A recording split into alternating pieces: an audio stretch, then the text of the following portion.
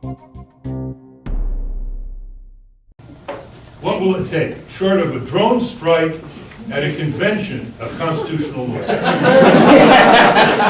would certainly do it. I will say is,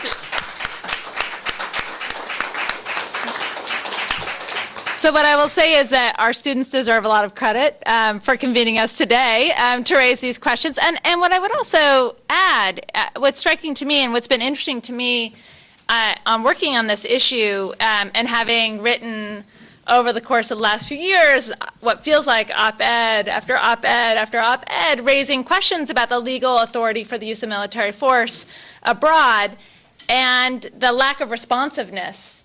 So it's not, I think, that it isn't happening, although maybe not as much as you would hope. But what is striking is how when we write about these issues and raise these concerns, it seems to be met with deafening silence. And in particular, what's striking to me, and I don't know if others want to comment on this, is we've been focusing a lot, and rightly so, on the role of the executive here, right? The role in which the president has taken an outsized place in the decisions about when and how to use drones abroad. But what is extraordinarily striking is how quiet Congress has been in the midst of all of this, and how when, again and again, many of us raise concerns about this, write op-eds claiming that the president does not have the authority to use military force in the way that he has been. And I think almost everyone up here has written about that. It's striking that Congress seems to pay very little attention when it is Congress that is institutionally in the best place to do something about this. So it's also the case of the courts, as they often do, have been reluctant to intervene in this area. The Alawaki case that you raised, the courts had an opportunity to intervene in that case and chose to, on the variety of various procedural reasons, not to hear a case raised by his father about putting him on the kill list, using a variety of different procedural doctrines that are available to the courts to avoid these issues. So what is interesting is not only that it's not, I think, entirely fair to say that people are not raising questions, but that those in the position to be able to do something about it seem not to be particularly listening.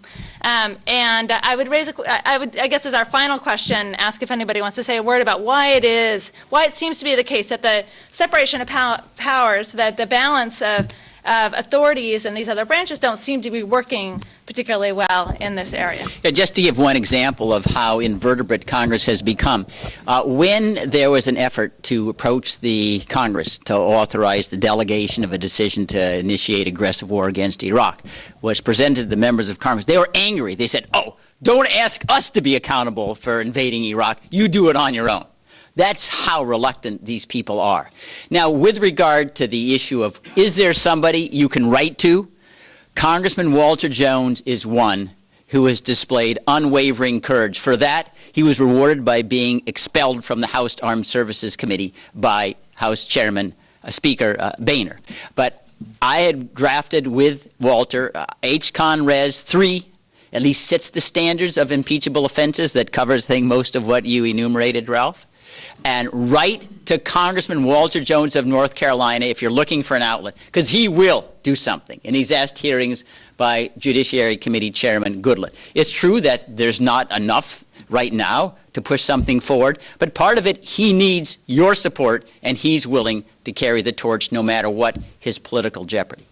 Matt, did you want to have a Well, word? yeah, I mean, I was just going to say, sometimes Congress is accused of not being sufficiently in the game, and that's a criticism I've made as well. I do think that Congress hasn't exercised its powers nearly as seriously and thoroughly as it should in this area.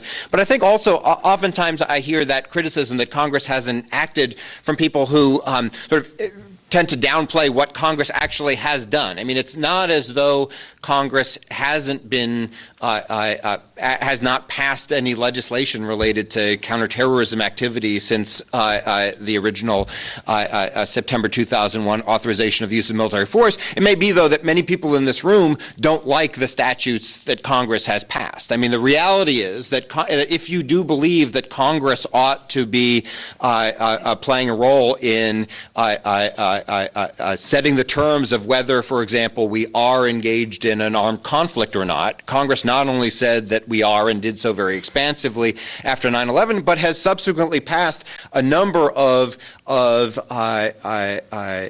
statutes, including multiple military commissions acts under Congresses controlled by different branches with presidents of, or Congresses controlled by different parties with presidents of different parties in power, on multiple occasions with regard to military commissions, with regard to detainee treatment. Congress has taken the position that we remain engaged in an armed conflict with Al-Qaeda, and has tried to push the president in the direction of using military instruments as opposed to criminal justice instruments. Now, I happen to think a lot of those statutes were misguided, especially in trying to cut off the use of the criminal justice system, because I believe that in many cases it's the right approach and it should be an available tool. But I don't want to I don't want to confuse congressional silence in this case for congressional decisions that some of us here may not agree with.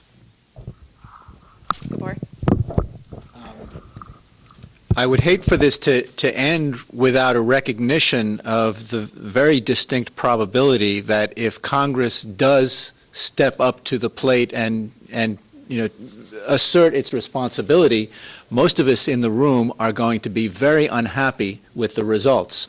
So if you like balance of powers more than you care about whether people are wrongfully killed, then by all means let's get out there and demand action from Congress. If you care more about how the United States is exercising its lethal powers internationally, then I would say be careful what you wish for.